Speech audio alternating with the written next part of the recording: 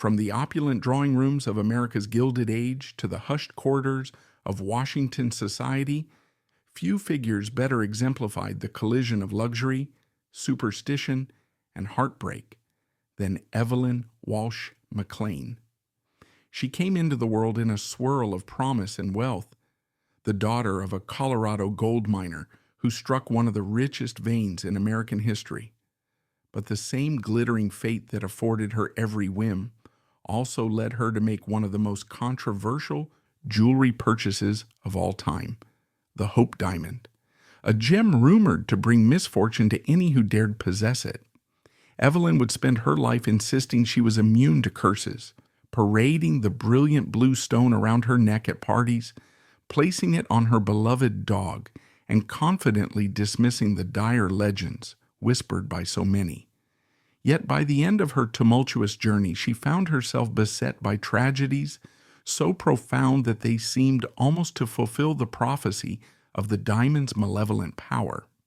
She was born on August 1st, 1886 in Leadville, Colorado, at a time when mining booms transformed ordinary men into sudden millionaires and gave birth to legends of quicksilver prosperity. Her father, Thomas Walsh, was no ordinary prospector. Originally from Ireland, he had worked his way across multiple fields, farming, carpentry, land speculation, before investing in Colorado mines that yielded unimaginable sums of gold ore. By the time Evelyn was a toddler, the family's fortunes had soared so high that they moved to Washington, D.C., determined to take their place among the capital's social elite. Evelyn's mother, Carrie Bell Reed, was equally ambitious about her daughter's upbringing. She saw to it that young Evelyn grew up with the refinements befitting a wealthy heiress, from private tutors and music lessons to the kind of etiquette training that ensured she would never misstep in polite company. Washington, at the turn of the century, was a city of grand mansions, lavish balls, and quiet political maneuverings. The Walshes installed themselves in a palatial estate where they hosted senators, foreign dignitaries, and titans of industry, forging connections that spanned the globe. From an early age, Evelyn was known for her spirited personality and mischievous sense of humor, traits that both enchanted her circle of admirers and sometimes exasperated her more proper acquaintances. She delighted in pranks, adored animals, and displayed a brash independence that hinted at the way she would later flaunt convention. Around 1902, the Walsh family embarked on a tour of Europe, an essential rite of passage for American elites eager to polish their children's manners and cultural knowledge. Evelyn was dazzled by the salons of Paris, the palaces of Vienna, the cathedrals of Italy. Yet what most enthralled her was the chance to observe how deeply ingrained old-world traditions could be, and how often they came wrapped in superstition. She collected stories of cursed jewels, haunted castles, and eccentric aristocrats who claimed to predict the future by reading tea leaves. While still a teenager, she developed a fascination with what many in her milieu considered irrational nonsense. She, however, found something seductive in the notion that unseen forces might guide the course of one's destiny. Returning to Washington only heightened her desire to live on her own terms. When she was around 20, she met Edward Ned Beale McLean, heir to the Washington Post publishing fortune, and widely considered one of the most eligible bachelors in the country. He was tall, handsome, and carried the swagger of a young man accustomed to having every door open for him. The match seemed inevitable. Two of the city's richest heirs, each from families that had more wealth than they knew how to spend. Their courting was a magnet for the gossip columns, which dutifully reported every lavish date, every rumor of a disagreement, every anecdote about Ned's adventures, and Evelyn's free-spirited ways. She was drawn to Ned's playful sense of fun. He was known to throw extravagant parties that included everything from trained circus animals to entire orchestras imported for a single night of dancing. The city's social set buzzed with anticipation of a union that would merge two enormous fortunes and elevate the couple to the summit of Washington society. They married on April 14th, 1908, in a ceremony that combined the solemnity of the Catholic Church with the unbridled excess of the newly minted American aristocracy. No expense was spared. The bride wore a gown that sparkled with precious stones, and the guest list included not just politicians and business moguls, but also Europe's minor royals who were eager to curry favor with the wealthy Americans. For a short time, the couple seemed the living embodiment of the fairy tale ideal, beautiful, rich, perpetually surrounded by friends, and apparently blessed with all the good fortune two young people could wish for. They built a magnificent estate on Massachusetts Avenue, which Washington insiders dubbed Friendship, signifying both the name of the property and the grand spirit of hospitality Ned and Evelyn supposedly extended to all their guests.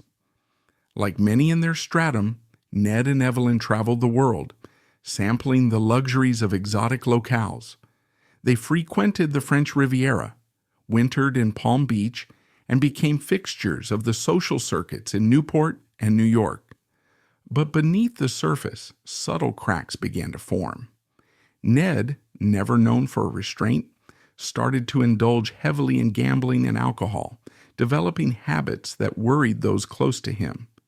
Evelyn's freewheeling nature, which had once been part of her charm, began to clash with Ned's own impulsive streak in ways that were less playful and more self-destructive.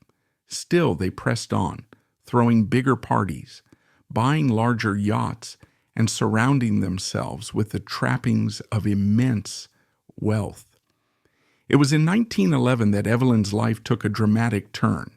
On a trip to Paris, she encountered the famed jeweler Pierre Cartier, who took the opportunity to present her with a remarkable gem that had already become notorious in European aristocratic circles, the Hope Diamond.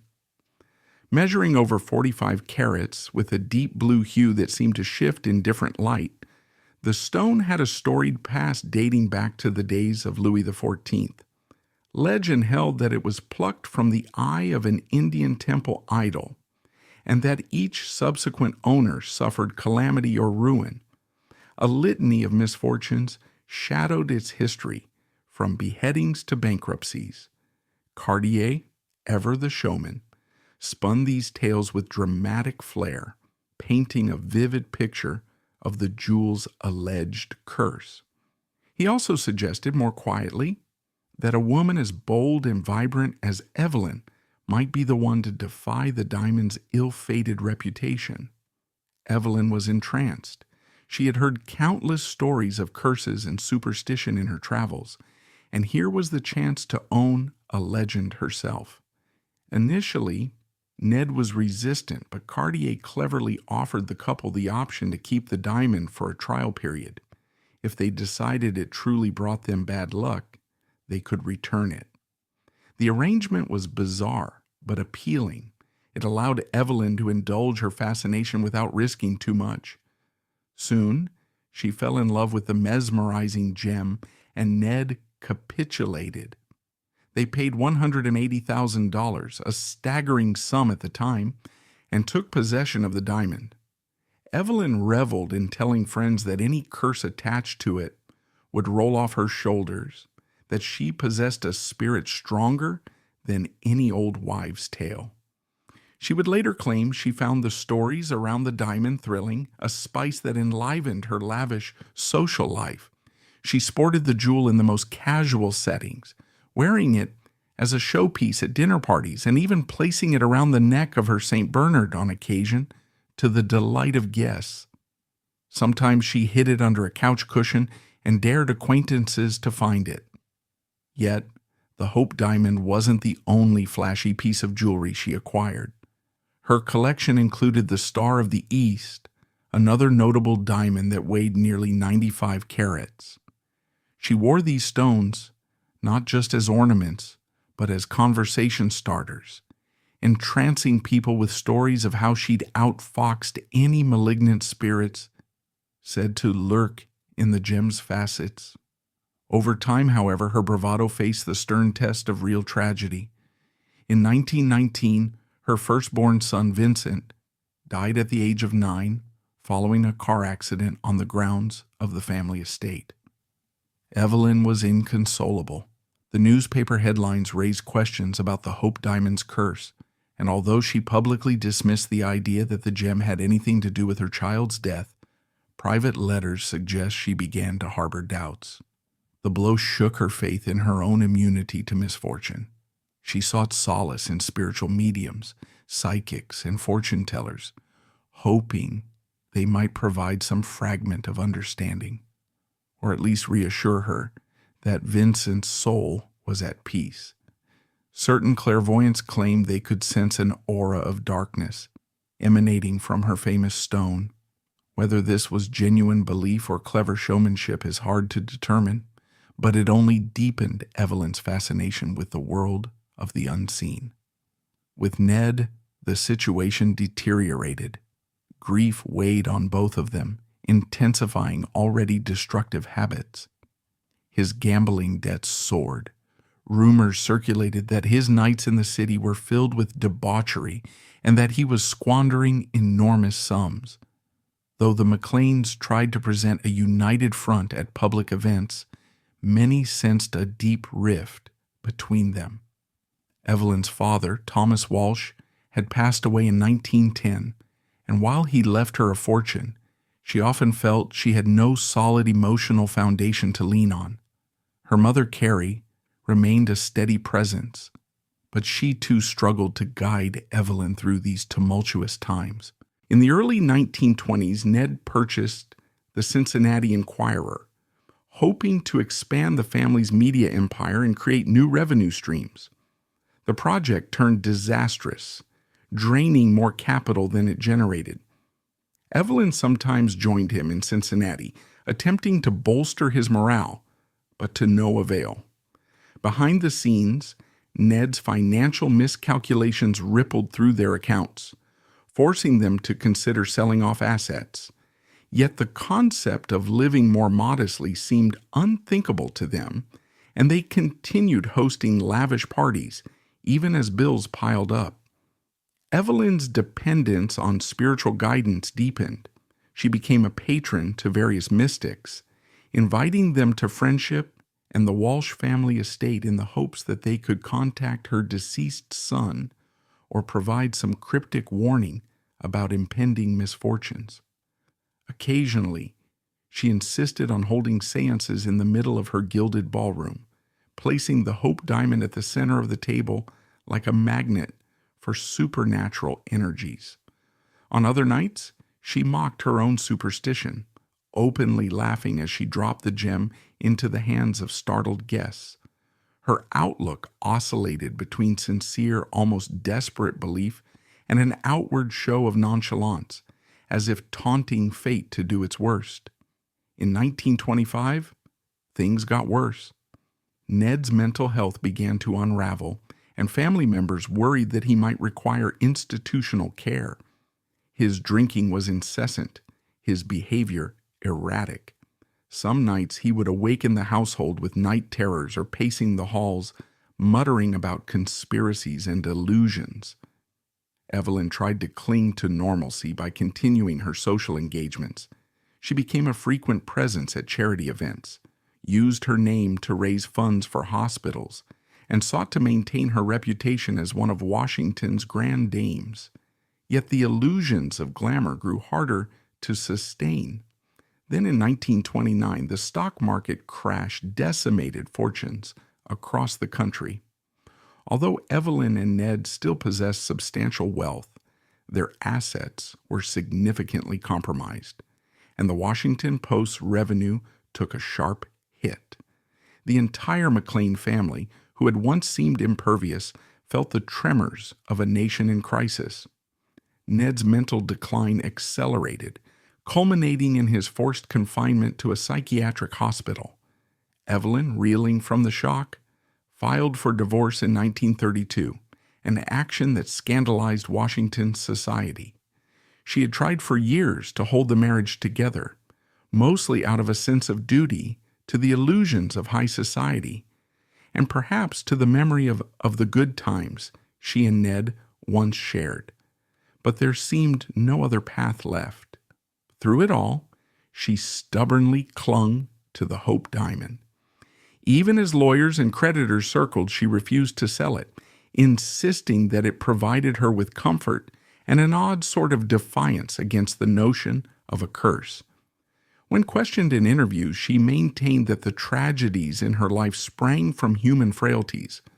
Her husband's self-destructive impulses, the random cruelty of an accident, rather than any supernatural force tethered to a glittering stone. Nevertheless, she sought spiritual counsel with a fervor that suggested her convictions were less stable than she let on. Some psychics claimed the diamond was amplifying negative energies in the household. Others believed it was not cursed at all, but merely a dramatic focal point for tragedies that, in one way or another, were bound to happen. By the mid-1930s, Evelyn was faced with mounting financial and personal woes. Ned's health deteriorated further, and he passed away in a sanatorium in 1941. The Washington Post, which had long been a defining pillar of the McLean fortune, slipped further from her control. She tried to maintain a semblance of her old lifestyle, hosting smaller but still spirited gatherings at Friendship. She continued to wear her diamonds, refusing to hide them away as if in shame. To her, displaying these jewels was an act of defiance, a statement that she would not be cowed by misfortune or scandal. Yet her hold on the Walsh and McLean fortunes continued to weaken. The labyrinth of debts, legal disputes, and property sales consumed what was once a near bottomless well of money. In a desperate bid to regain financial stability, she negotiated the sale of some prized possessions, but rarely would she part with her most notorious gem. It was only in 1947 that she finally agreed to place the Hope Diamond, along with other pieces, in the hands of Harry Winston, the famous New York jeweler. This arrangement was not a straightforward sale. It was designed to help settle debts and handle the complexities of her estate. Winston, recognizing the gem's immense public fascination, later donated it to the Smithsonian Institution in 1958, where it remains a marquee exhibit. For the public, this transfer felt like the end of a fabled era.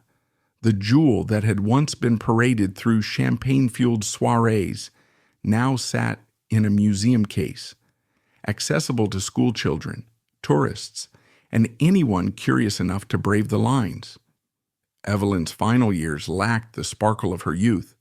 Her circle of friends diminished as her fortune drained.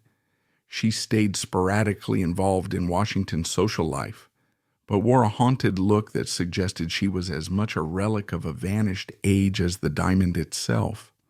In place of the grand illusion she once upheld, stood a widow marked by personal tragedy, alienated from the illusions of society that had once been her playground. She occasionally gave interviews in which she retold her adventures with the Hope Diamond, how she had defied curses, laughed off dire warnings. But these recollections felt more like echoes from a vanished dream than triumphant boasts. She died on April 26, 1947, at the age of 60. In the end, Evelyn Walsh McLean wasn't just the last private owner of the Hope Diamond. She became part of its myth. Her life, once so full of promise and power, drifted into shadow, mirroring the gem's dark mystique. Was it truly cursed? Or did Evelyn simply live in a world where wealth masked wounds and glamour couldn't shield against grief? Whatever you believe, her story remains a haunting reminder that even in the brightest ballroom, darkness can linger just beneath the sparkle. If you found this story as mesmerizing as we did, don't forget to like, subscribe, and let us know in the comments. Do you think the Hope Diamond was cursed, or was Evelyn the architect of her own downfall?